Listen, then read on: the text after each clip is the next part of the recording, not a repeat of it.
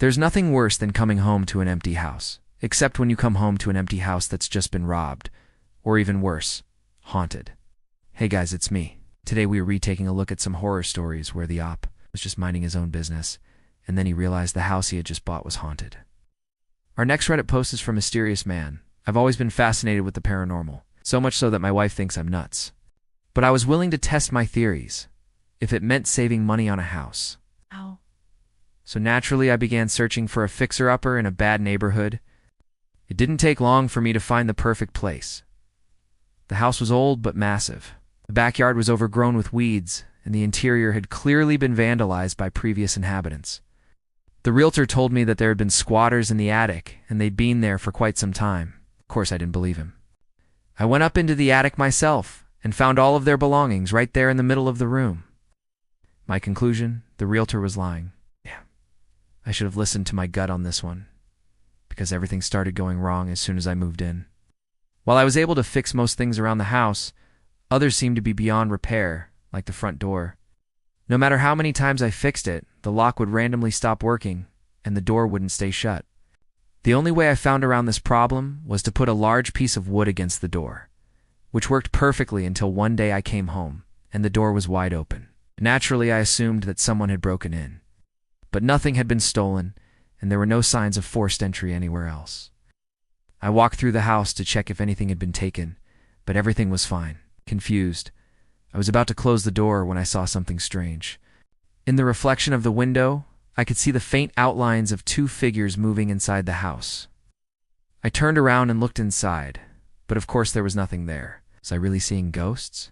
At first I thought it was just a trick of the light, but this happened again a few days later. I came home to find the front door wide open once again. There was still nothing missing, and no other signs of forced entry, but I could have sworn I heard voices while I was out. I called the police to investigate just in case, but they couldn't find any evidence of a break-in. Frustrated by this string of bad luck, I decided to spend a few extra bucks and hire a locksmith to reinforce my front door. For a while this seemed to work, but then one night I woke up in the middle of the night to what sounded like screams in the attic. Naturally, I was freaked out sitting in bed trying to convince myself that there was a logical explanation for what I'd heard. Just as I was starting to drift back off to sleep, I heard the sound again, this time closer than before. Whatever was up in the attic was coming down the stairs. I sat paralyzed in fear as the sound grew louder and louder until it stopped right outside my bedroom door.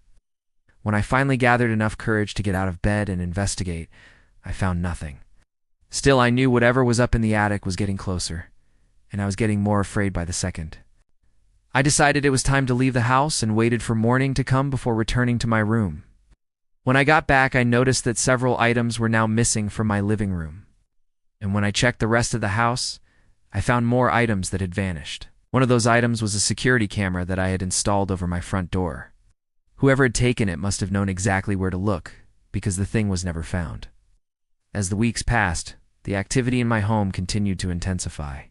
Sometimes I'd hear footsteps pacing back and forth in the attic, and sometimes the lights would turn on by themselves. There was even one occasion where my phone started ringing despite having no reception. Even though I'd had enough, I refused to leave my house. I was determined to find out what was going on here. It wasn't long before I found my answer. I was home alone one night when I started hearing the familiar sound of footsteps in the attic. I grabbed my camera and began filming as I made my way up into the attic. All the while, the footsteps continued, almost as if whoever was making them was trying to get away from me. I shone my light around the attic, but there was nothing there.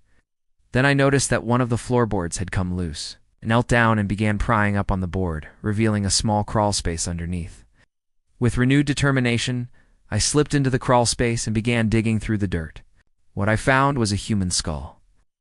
I don't want to sound like an insensitive jerk, but I couldn't help but feel a sense of relief wash over me when I found the skull. I finally had proof that my house was haunted, and not just haunted, but occupied by the remains of a former inhabitant. I contacted the authorities and they helped me locate the rest of the skeleton.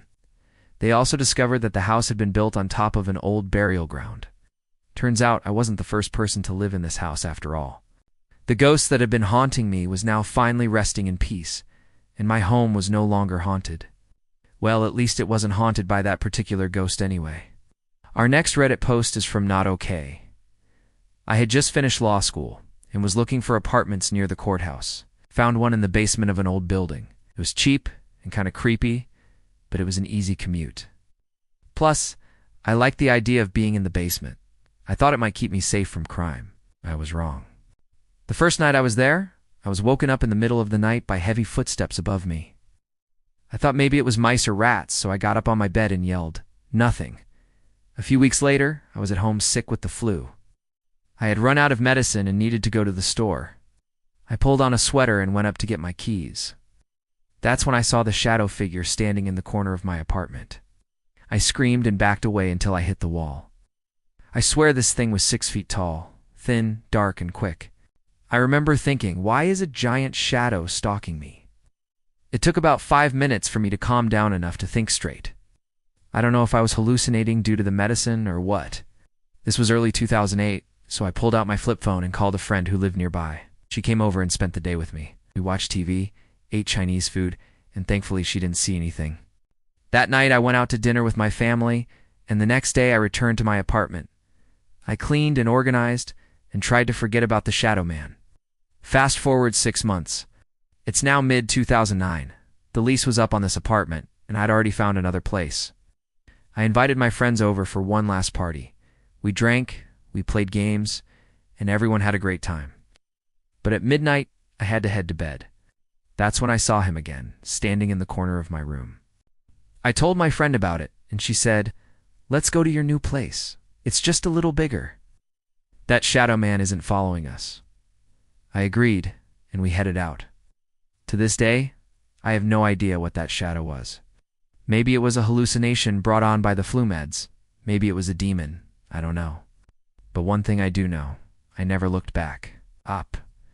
Did you ever consider the possibility that the giant shadow monster just wanted to dance with you? That was our horror stories where Op realized his house was haunted. And if you like this content, check out my podcast, where I publish the exact same episodes. Also hit that subscribe button, because I put out new videos every single day.